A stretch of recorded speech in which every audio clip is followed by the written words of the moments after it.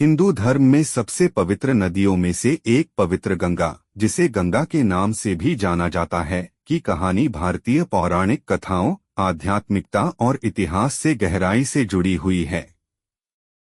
यहाँ गंगा के पृथ्वी पर अवतरण से जुड़ी किंवदंती का अवलोकन दिया गया है। स्वर्ग में गंगा की उत्पत्ति। हिंदू पौराणिक कथाओं के अनुसार गंगा मूल रूप से स्वर्ग में एक दिव्य नदी थी, जो आकाशगंगा के रूप में आकाश में बहती थी।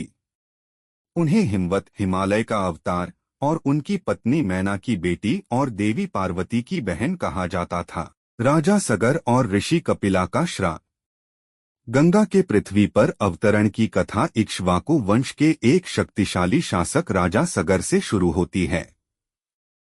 राजा सगर ने दुनिया पर अपना प्रभुत्व स्थापित करने के लिए अश्वमेध यज्ञ, घोड़े की बलि का अनुष्ठान किया था। अनुष्ठान के दौरान बलि के लिए इस्तेमाल किए गए घोड़े को देवताओं के राजा इंद्र ने ईर्ष्या के कारण चुरा लिया था। राजा ने अपनी दूसरी पत्नी से जन्मे 60,000 पुत्रों को घोड़ा खोजने के लिए भेजा।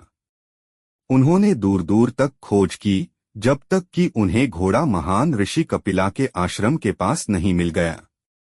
गलती से यह मान लिया कि कपिला ने घोड़ा चुराया है, इसलिए उन्होंने उस पर हमला कर दिया। इससे क्रोधित ऋषि ने अपने श्राप से सभी 60,000 पुत्रों को भस्म कर दिया और उनकी आत्माएं पृथ्वी पर फंस गईं।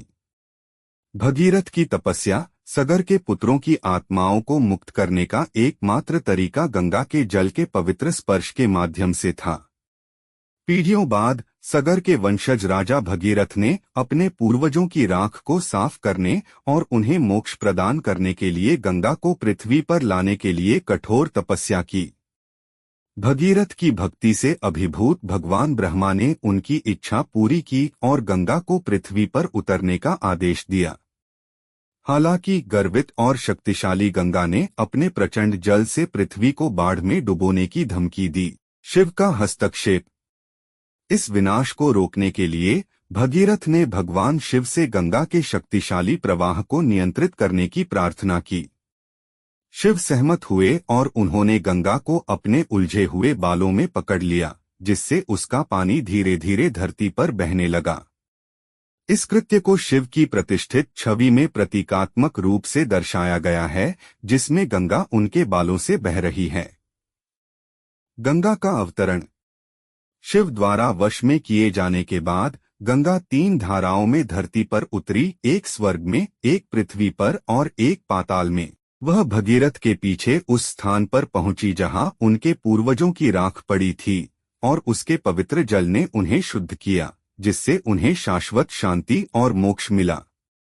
गंगा का आध्यात्मिक महत्व। गंगा केवल एक नदी नहीं है, उसे हिंदू धर्म में एक जीवित देवी माना जाता है, जो पवित्रता और दिव्यता का प्रतीक है। माना जाता है कि नदी में स्नान करने से पाप धुल जाते हैं और आध्यात्मिक शुद्धि होती है।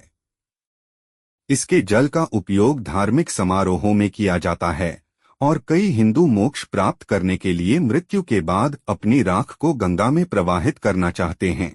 हिमालय से लेकर बंगाल की खाड़ी तक भारत के मैदानी इलाकों में नदी की यात्रा हिंदू दर्शन में आध्यात्मिक जीवन के प्रवाह को दर्शाती है। इस प्रकार पवित्र गंगा की कहानी न केवल पौराणिक कथाओं की कहानी है, बल्कि आस्था, भक्ति और मुक्ति की शाश्वत खोज का प्रतीक भी है।